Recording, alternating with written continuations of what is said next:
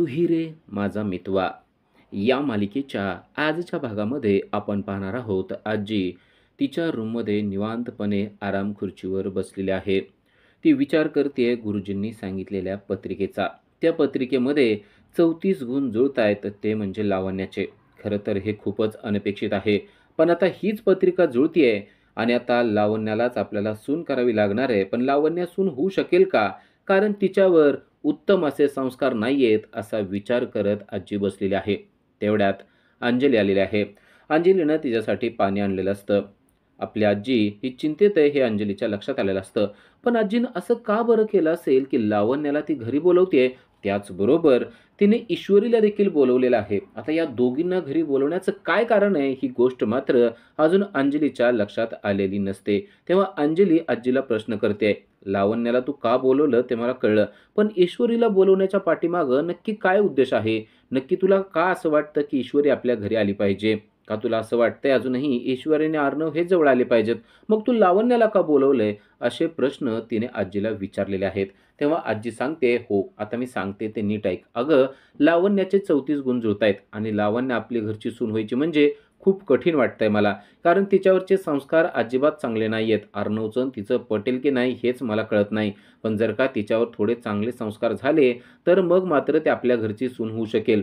पण हे सगळे चांगले गुण तर आहेत ईश्वरीमध्ये." मग माझ्या डोक्यात एक आयडिया आली. आपण ईश्वरीला जर का घरी बोलवून घेतलं आणि ईश्वरीमार्फत जर का आपण लावण्यावर काही चांगले संस्कार केले, म्हणजेच ईश्वरीचे चांगले गुण जर का लावण्याला शिकता आले, तर नक्कीच लावण्य आपल्या घरच्या सून होण्याच्या लायक होईल. आणि त्यासाठीच मी हा सगळा प्लॅन केला आहे. ईश्वरीच्या सानिध्यात लावण्याला ठेवायचंय आणि ईश्वरीचे चांगले गुण तिला शिकायला लावायचेत.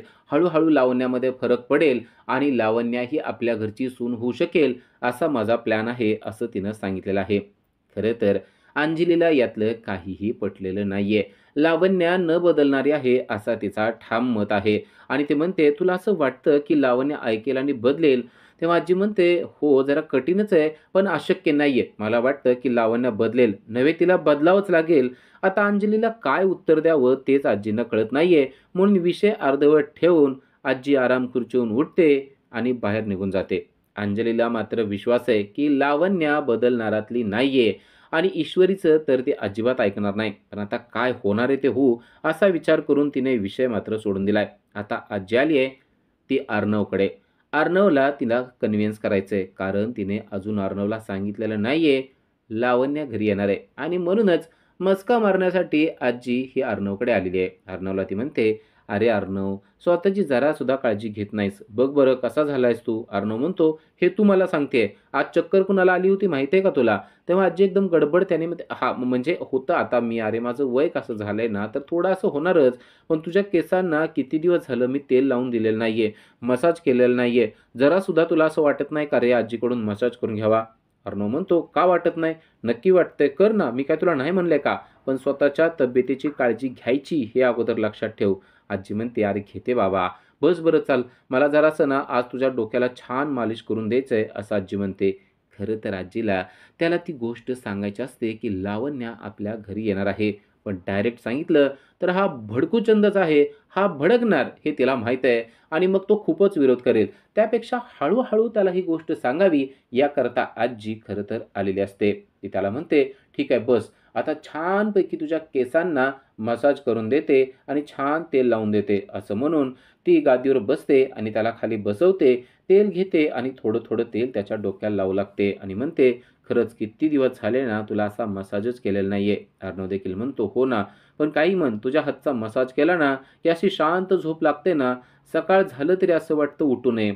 अर्णव तिची स्तुती करत असतो. आता आजीने हळू मेन विषयाकडं गेलेली असते. मेन विषय त्याला सांगत असते, "अरे, तू सुद्धा दिवसभर किती काम करतोस बरं. खरंच ना मला असं वाटतं की आता तुझं लग्न झालं पाहिजे. पण तू ना कुठलीच गोष्ट मनावर घेत नाहीस. आता मी हा विषय काढला ना, तू काय बोलणार आहेस मला माहिती आहे. आधी बंद कर बरं हा विषय. हेच बोलणार आहेस तू. पण अरे बाबा, या गोष्टी पण महत्त्वाच्या आहेत ना. जरासं ऐकून घेत जा म्हाताऱ्या माणसाचं. माझं काय आहे, पिकलं पान कधी पडेल काही सांगता येणार नाही." अर्णव म्हणतो, "झालं का तुझं सुरू? लग्न करायचंय ना, ते करता येईल ना. असं का करतेस तू? मसाज करतेस ना, मग शांतपणे कर ना. जरा झोप लागेल असं काहीतरी बोल ना."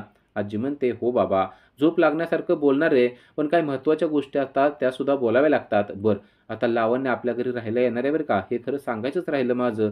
तेव्हा तो भडकतोच आणि म्हणतो, "काय? लावण्या? आपल्या घरी राहायला येणार आहे? तुला कळतंय का आजी तू काय बोलतेस ते? अगं ऑफिसमध्ये मी तिची जबाबदारी घेतली आहे ना, आता घरी काय तिची जबाबदारी घ्यायची आहे?" आजी म्हणते, "अरे बाबा, तू जबाबदारी घ्यायची गरज नाहीये.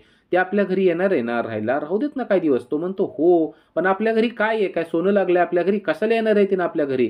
ती म्हणते, "अरे तिला ना मला थोड्या चालीरीती शिकवायच्यात.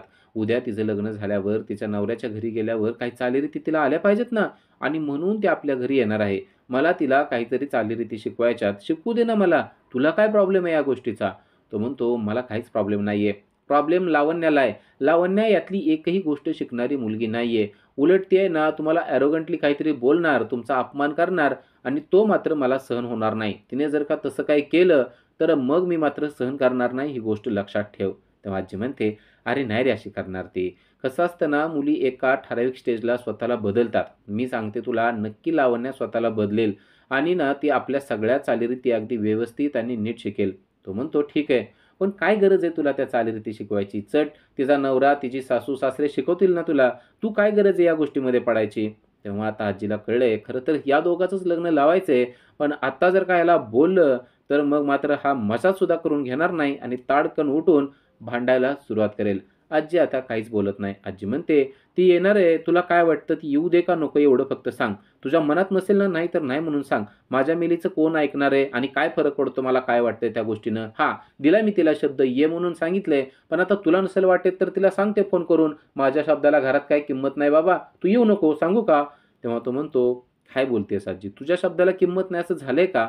तुला बोलवायचं ना बोलव की. मी फक्त तुला एवढीच गोष्ट सांगतोय, की ती पोरगी बदलणारातली नाहीये. मी तिच्याबरोबर दिवसभर असतो. मला तिचा स्वभाव चांगला माहिती आहे आणि म्हणूनच मी तुला सांगतोय, स्वतःचा अपमान अजिबात करून घेऊ नको आणि तिनं जर का तुझा अपमान केला, तर मग मात्र मी ऐकून घेणार नाही, ही गोष्ट लक्षात ठेव." आजी म्हणते, "तिला बोलवू का नको फक्त एवढंच सांग. बाकी पुढचं काहीही बोलू नकोस." तो म्हणतो, "आजी, तुझ्या शब्दाच्या बाहेर आहे का मी? तुला वाटतंय ना तिला बोलवावं, तर बोलव ना. मला तुझी काळजी वाटते ना, म्हणून मी असं बोलतो." तेव्हा आजी त्याला जवळ घेते आणि म्हणते, "माझं लाडाचं गं बाळ, तुला वाटतं ना तिला बोलवावं, बोलवते. आता मला असं वाटतंय की तिच्यामध्ये बदल होईल, तर बघूया ना किती होतंय ते.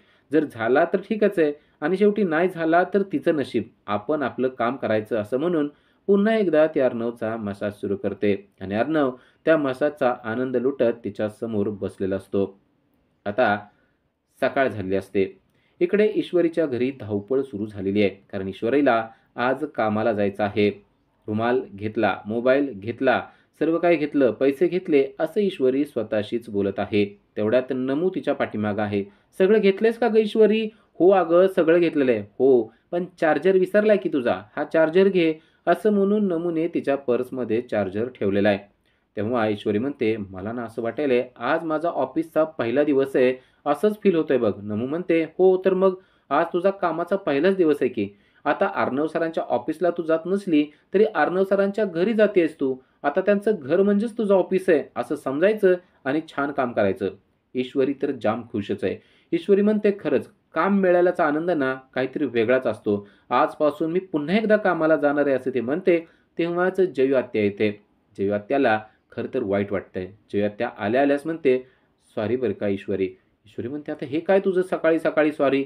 तेव्हा जयू आत्या म्हणते, "अगं चांगली तू इंदोरला गेली असतीस, मस्त तिकडं मजा केली असतीस, पण माझ्या मेलीमुळं तुला काम करावं लागतंय." ईश्वरी म्हणते, "असलं काय बोलायला लागलीस? आणि मी घरी असते आणि घरी काम करावं लागलं असतं तर मी काय केलं नसतं का? आता काय होतं इथं केलं तर काय फरक पडतोय? कर्ज फिटायचंय ना ते फिटणारच आहे. मी ना आता कामातली मजा घेणार आहे.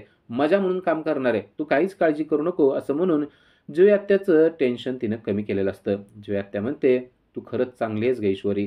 तू किती चांगला विचार करतेस. पण मला ना खूप वाईट वाटतं की माझ्यामुळे तुला काम करावं लागतंय." ईश्वरी म्हणते, "आता हे सगळं सोड बरं. मी चालले ना, आज माझा कामाचा पहिला दिवस आहे. आता अर्णव सरांच्या मी ऑफिसला जरी जात नसले, तरी त्यांच्या घरी जाते आणि त्यांचं घर हेच ऑफिस समजून अगदी छान काम करायचं मी ठरवलंय." जया म्हणते, "अगदी छान काम कर बरं का." तेवढ्यात सुप्रिया आतून येते आणि म्हणते, "हे बघ, अर्णव सरांसाठी मी छान असे समोसे बनवलेले आहेत आणि ते समोसे त्यांना न विसरता द्यायचे आहेत. अजिबात त्यांची तक्रार आली नाही पाहिजे." तेव्हा ईश्वरी म्हणते, "त्यांची काय तक्रार येणार आहे? आणि माझं नाश्त्याचं बघायचं सोडून तू चक्क अर्णव सरांच्या नाश्त्याचं बघायला लागलीस. अगं, मी अजून त्यांच्या घरी जाणार आहे." तेव्हा सुप्रिया म्हणते, "मला असं वाटतं त्यांना आपले समोसे नक्की आवडतील." तेव्हा ईश्वरी म्हणते, "हो, आवडतील ना. आता तू एवढे प्रेमाने करून दिलेत म्हणल्यावर नक्कीच आवडणार त्यांना. माझ्या नाश्त्याचं काय आहे?" ईश्वरीला ती सांगते, "तुझ्या नाश्त्याचं देखील सगळं काय बनवणार आहे." ईश्वरी आता सर्वांच्या पाया पडते आणि म्हणते, "मला आशीर्वाद द्या. आज माझा कामाचा पहिला दिवस आहे ना, आशीर्वाद द्या की मी माझ्या कामामध्ये यशस्वी व्हायला पाहिजे." जयू आणि सुप्रिया ह्या दोघेही तिला आशीर्वाद देतात आणि म्हणतात की यशस्वी भव. तर नमू म्हणते, "माझ्या नाही का पाया पडणार?" तेव्हा ईश्वरी पळत जाते आणि तिला मिठी मारते आणि म्हणते, "तुला तर प्यार की झप्पी असते ना?" आणि नमू म्हणते, "हो, मला पण तीच पाहिजे तुझी प्यार की झप्पी." आणि आता ईश्वरी घराच्या बाहेर पडलेली आहे. घराच्या बाहेर ती पडते, रिक्षा करते आणि डायरेक्ट अर्णव सरांच्या घरी ती आलेली आहे. रिक्षावाल्याला पैसे देते आणि धावत पळतच जाते आणि दरवाजाची बेल वाजवते. आज कामाचा पहिला दिवस आहे. आजचा दिवस अगदी छान गेला पाहिजे, असं ती देवाच्या चरणी म्हणत असते. दरवाजाची बेल वाजवते आणि गणपती बाप्पाला नमस्कार करते आणि म्हणते, "बाप्पा, आज माझा कामाचा पहिला दिवस आहे बरं का. तुझा आशीर्वाद माझ्या पाठीशी सतत राहू दे." ईश्वरी दरवाजावरती नॉक करते. अर्णव दरवाजा उघडतो आणि दारात ईश्वरीला पाहून त्याला धक्का बसतो. कारण ईश्वरी येणार आहे ही गोष्ट तर त्याला माहिती होती, पण एवढ्या सकाळी सकाळी ती येईल असा अंदाजही त्याला नव्हता. त्यामुळे त्याला खूपच मोठा धक्का बसलेला असतो. ईश्वरी अर्णवला पाहताच गुड मॉर्निंग म्हणते. अर्णव ही ईश्वरीला गुड मॉर्निंग म्हणतो. त्याचबरोबर इकडे पाहायला मिळतं की ईश्वरी तिथं आलेली असते. अर्णव म्हणतो, "पण एवढ्या सकाळी?" तेव्हा ईश्वरी म्हणते, "कसं आहे, आपण वेळेचं परफेक्ट आहे आणि वेळ ही महत्वाची असते. वेळ मी वेळेवरच पाळत असते, अजिबात टाइमपास करत नाही." हे सर्व गोष्टी ईश्वरीचं कॅसेट सुरू होतं. अर्णव म्हणतो, "हो हो." पण ईश्वरी म्हणत असते, "तुम्हाला माहिती आहे ना अर्णव सर, मी वेळ किती पाळत असते ते, आणि अगदी ऑफिसमध्ये पण मी वेळेवरच यायचे, मी कधीच उशीर करत नव्हते." असं ईश्वरी अर्णवला सांगत असते. अर्णवला आठवत असतो तो ऑफिसमधला प्रसंग, जेव्हा अर्णव ईश्वरीला म्हणालेला असतो की तुला उशीर झालेला आहे. तेव्हा ईश्वरी म्हणत असते की नाही सर, अजून 1 मिनिट बाकी आहे. अर्णव म्हणत असतो की नाही, माझ्या घड्याळात 1 मिनिट नाही तर माझ्या घड्याळात 1 मिनिट जास्त झालेला आहे. तेव्हा ईश्वरी म्हणत असते, सर, घड्याळ जे आहे ते तुमच्याप्रमाणे नाही चालत, तर घड्याळाप्रमाणे आपण चालतो, आणि त्याचबरोबर तुम्ही जे आहात ते खरंच पुढचे आहात, म्हणून तर तुमचं घड्याळ हे सगळ्यांच्या पेक्षा एक मिनिट पुढेच असणार आहे. असं ईश्वरी अर्णवला सांगत असते. त्याला तिने मानही दिलेला असतो आणि त्याचबरोबर तिच्या बाबतीतल्या गोष्टीही तिने क्लिअर केलेल्या असतात, कारण तिने तिच्या घड्याळामध्ये जे टाइम झालेला आहे ते अर्णवला सांगितलेलं असतं. हे सगळं जेव्हा घडत असतं तेव्हा मात्र ईश्वरी जी आहे ती अर्णवशी बोलत असते. अर्णवलाही त्या सर्व गोष्टी आठवत असतात आणि अर्णवही पाहतच राहतो. त्यानंतर आपल्याला पाहायला मिळतं अर्णवला ते आठवल्यानंतर भारी वाटत असतं, कारण ईश्वरी तिचा मुद्दा पटवून द्यायला मागे सरकत नाही, ही गोष्ट अर्णवलाही चांगलीच माहिती असते. त्यासोबतच पाहायला मिळतं की ईश्वरी अर्णवला समजून सांगत असते नक्की ऑफिसमध्ये काय काय झालेलं होतं, कशा पद्धतीनं गोष्टी घडत होत्या, हे सगळं ईश्वरी अर्णवला सांगत असते आणि अर्णव सोबत बोलत असते. ईश्वरी म्हणत असते की कसं आहे सर, माहितीये का, आता आजीने मला बोलवलेलं आहे आणि आजींची केअरटेकर म्हणून. अर्णव म्हणतो, हो मला माहिती आहे ते सगळं. ईश्वरीला अर्णव विचारू लागतो की एवढं बोलतीस कशी ग तू, म्हणजे एवढी एनर्जी एवढ्या सकाळी सकाळी कुठून येते. तेव्हा ईश्वरी सांगू लागते, मी फ्रॉम मिस इंदोर आहे आणि त्यामुळं मी इंदोरची आहे आणि ती एनर्जी माझ्याकडे येते. अर्णव आणि ईश्वरी यांचं ह्या गप्पा चालू असतात. ईश्वरीकडे असलेली जी एनर्जी आहे ते पाहून अर्णव खरंच मनापासून ईश्वरीचं कौतुक करत असतो आणि ईश्वरीला म्हणत असतो की खरंच इंदोर आहेस पण बरोबर आहे. आणि एवढं सगळं त्यावेळेस आजी तिथं आलेले असतात आणि आजी आलेल्या पाहून ईश्वरी म्हणते की गुड मॉर्निंग.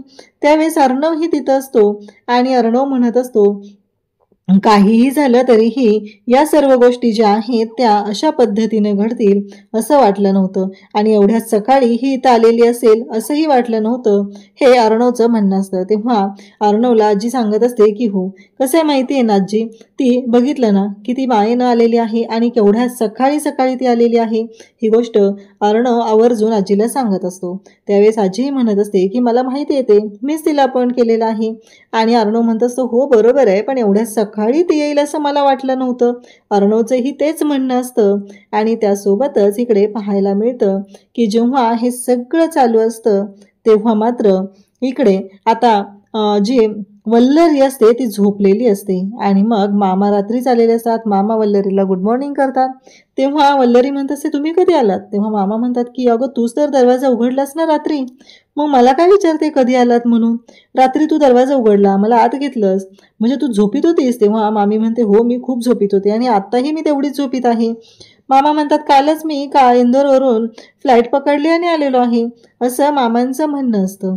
त्यासोबतच ती म्हणत असते की एवढा उशीर झालेला आहे आणि तिला आठवतं की बापरे एवढा उशीर झालेला आहे आवरायला, पण माझ्या डोळ्यासमोरची झोप का जात नाहीये, हा तिचा मुद्दा असतो.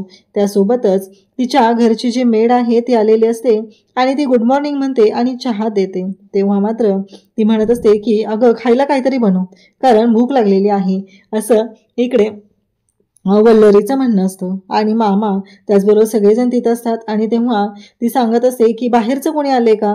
ॲक्च्युली वल्लरीला विचारायचं असतं की ईश्वरी आलेली आहे का, तेव्हा लावण्य आलेली आहे का असं विचारायचं असतं. परंतु इकडे जेव्हा ती विचारते बाहेरचं कोणी आलंय का, तेव्हा ती जी मेड आहे ती सांगत असते की हो बाहेरचं आत्ता तरी त्या आलेल्या आहेत ईश्वरी मॅडम. ईश्वरी मॅडम म्हटल्यानंतर वल्लरीला मात्र राग येतो आणि ती म्हणत असते की तिला मॅडम म्हणायची काय गरज आहे, तिला मॅडम वगैरे काही म्हणायचं नाही, लावण्य मॅडम आलेत का? तेव्हा ती सांगते की नाही, लावण्य मॅडम अजून आलेल्या नाहीत. हे ऐकल्यानंतर तिला राग येतो. ती म्हणते की ही लावण्या खरंच म्हणजे ना स्वतः पण तोंडावर पडणार आहे आणि मलाही तोंडावर पडणार आहे. मग वल्लरी जी आहे ती लावण्याला कॉल करते आणि लावण्याला बोलू लागते. लावण्याला म्हणत असते की लावण्या अजून तू उठलेली नाही आहेस, तुला कळतंय का ती ओल्ड लेडी? तेव्हा ती म्हणते एवढ्या सकाळी कोण उठतं का? तेव्हा वल्लरी सांगू लागते, नाही आमच्या घरात ओल्ड लेडीची सकाळ खूप लवकर झालेली असते आणि तुलाही आता लवकरच उठावं लागणार आहे, तरच ह्या सगळ्या गोष्टी होणार आहेत. हे सगळं बोलणं चालू असतं आणि ती तिला सांगत असते की लवकर उठ आणि आवर, नाही तर तुझी इथं डाळ शिजणार नाही. या गोष्टी आता क्लिअर झालेल्या असतात आणि त्यासोबतच आपल्याला पाहायला मिळतं की जेव्हा हे सगळं घडलेलं असतं तेव्हा मात्र इकडे लावण्य म्हणत असते, काय आहे हे डोक्याला ताप, मी दाखवून देईल मी काय आहे ते, आता थोडे दिवस मी व्यवस्थित वागेल, पण ही लावण्य काय आहे, ते सासर आहे म्हणून मी सासरच्या म्हणण्याप्रमाणे वागायला रिकामटेकडी नाही आहे, कारण काहीही झालं तरीही मी जी काय वागणार आहे ती माझ्या पद्धतीनं असणार आहे आणि यांना माझ्या तालावर नाचायला लागणार आहे, असं ती बोलत असते. कारण तिच्या डोक्यात फक्त एकच आहे, एकदा अर्णवच्या आयुष्यात एंट्री करून गेलं की मग मात्र पुन्हा यांना कोणाला तिथे भीक घालायची नाही, त्या घरातल्या सगळ्यांना स्वतःच्या तालावरती नाचवायचं, हे सगळं हिच्या डोक्यात आहे आणि याच पद्धतीनं तिचं बोलणं चाललेलं असतं. त्याचबरोबर इकडे पाहायला मिळतं की आता ईश्वरी, अर्णव, मामा सगळे तिथं असतात. मामा येतात आणि ईश्वरी तू, मामांना खूप आनंद झालेला असतो, मामा खूप खुश झालेले असतात आणि मामा बोलत असतात. त्याचबरोबर अर्णवही तिथं असतो, अर्णवलाही जायचं असतं जॉगिंगला. तेव्हा ईश्वरी म्हणत असते की अर्णव सर, आईने तुमच्यासाठी समोसे पाठवलेले आहेत, हे बोलणं चालू झालेलं असतं. तेव्हा अर्णवला आठवत असतं जेव्हा त्याने ईश्वरीच्या आईला विचारलेलं असतं, तेव्हा ईश्वरीची आई म्हणालेली असते की आता तुम्ही इंदोरला या समोसे खायला, मी तिथेच समोसे तुम्हाला बनवून खाऊ घालेल, कारण आम्ही आता जायला निघत आहोत ना, असं सांगितलेलं असतं. आणि तेव्हा अर्णव म्हणतो काय समोसे? तेव्हा ईश्वरी म्हणते तुम्हाला आवडतो ना समोसे आणि चहा. अर्णव एवढा खुश झालेला असतो की हे पहिल्यांदाच आजीनं पाहिलेलं असतं. आजी म्हणत असते की मी आज काय पाहते हे सगळं, म्हणजे अर्णवला समोसे खायचे आहेत आणि या गोष्टीचा एवढा आनंद होतोय आणि ईश्वरीच्या आईच्याचे समोसे. आणि तेव्हा मात्र आजी म्हणत असतात की बरोबर आहे आणि हे सगळेजण बोलत असतात की कसं आहे योग्य वेळी योग्य गोष्टी झाल्या आणि त्या क्लिअर झाल्या की बरं असतं. तेव्हा ईश्वरी आजीला म्हणते की काय झालं, तुम्हाला आवडलं नाहीये का आईने समोसे दिलेले? तेव्हा आजी म्हणत असते की नाही, मामा म्हणत असतात की तसं नाही का, त्याचा काही संबंध नाहीये, अर्णवला ते समोसे आवडत आहेत ना. आणि आजीचं म्हणणं आहे की लावण्य योग्य आहे तर लावण्याचाच आपण विचार केला पाहिजे, पण मामा आणि अंजलीचं असं म्हणणं आहे की काहीही झालं तरीही लावण्य घरात घुसता कामा नये, कारण लावण्याची ती लायकी नाही असं यांना वाटत असतं. त्यासोबतच इकडे पाहायला मिळतं की जेव्हा हे सगळं चालू असतं तेव्हा मात्र आजी त्याचबरोबर अंजली तिथं असतात आणि मग इकडे अंजली म्हणत असते की तुला माहिती का ईश्वरी, अगं आजपासून लावण्य पण येणार आहे. तेव्हा ईश्वरी म्हणते काय, लावण्य मॅडम पण? तेव्हा इकडे या सांगत असतात की हो तिचं लग्न जमलंय ना, संस्कारांचे धडे गिरवायचे आहेत, मग तिच्या आईने संस्कार वर्ग सुरू करायला आजीकडे पाठवलेला आहे, म्हणजे आजी शिकवणार आहे. तेव्हा ईश्वरी म्हणते कसे आजी माहिती आहे का, तुमचा स्टुडंट आहे ना तो हट्टी पण आहे आणि तो त्याचबरोबर मस्तीखोर पण आहे, त्यामुळं तुम्हाला जरा काळजी घ्यावी लागणार आहे बरं काळजी, कारण तो स्टुडंट जरा जास्तच हट्टी आहे असं ईश्वरी सांगत असते. तेव्हा त्यांचं बोलणं चाललेलं असतं. तेव्हा इकडे आजी आणि त्याचबरोबर अंजली मामा असतात. तेव्हा त्यांना ईश्वरी म्हणते की मला आजींच्या शिकवण्यावर म्हणजे शिक्षकावरती मला शंका नाही आहे, पण त्यांचा स्टुडंट जो आहे त्याच्या बाबतीत शंका आहे. म्हणून तर म्हणलं ना, जरा जपून राहावं लागणार आहे. हे सगळं बोलणं चाललेलं असतं.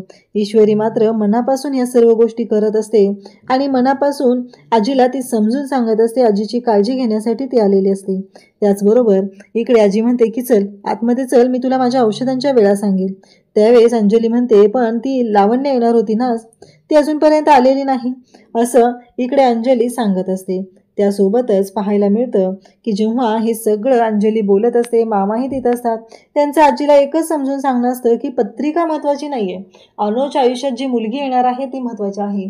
तसा विचार केला तर ती लावण्य अजिबात चांगली नाही आहे यांचं म्हणणं आहे. आणि खरंच आहे, ते लावण्य यांच्या घरात कशाला येणार आहे, तर लावण्य ही अर्णववर प्रेम करते म्हणून येणार आहे आणि यांना लुबाडण्यासाठी येणार आहे, कारण ती मामीच्या साथीने वेगवेगळे डाव रचत आहे. इकडे आजी त्याचबरोबर मामा सगळेजण बोलत आहेत, ईश्वरीला समजून सांगत आहेत आणि आजी मात्र शांतच असते. आजीला कळतच नसतं की आता करायचं काय आहे, कारण हे सगळं जे काय आहे ते घडत आहे. परंतु आजी खुश असते, ती म्हणजे ईश्वरी आलेली आहे. इकडे मामालाही त्याच गोष्टीचा आनंद झालेला असतो. ईश्वरी घरी आलेली आहे, सगळं व्यवस्थित होणार आहे या गोष्टींचा आनंद त्यांनाही झालेला असतो. आणि त्याच वेळी ईश्वरी म्हणत असते की चालेल. मग आजी म्हणत असते की चल मी तुला औषधांच्या गोळ्या सांगते. ईश्वरीही हो म्हणत असते. परंतु इकडे लावण्याच्या बाबतीत त्यांचं बोलणं सुरू झालेलं असतं.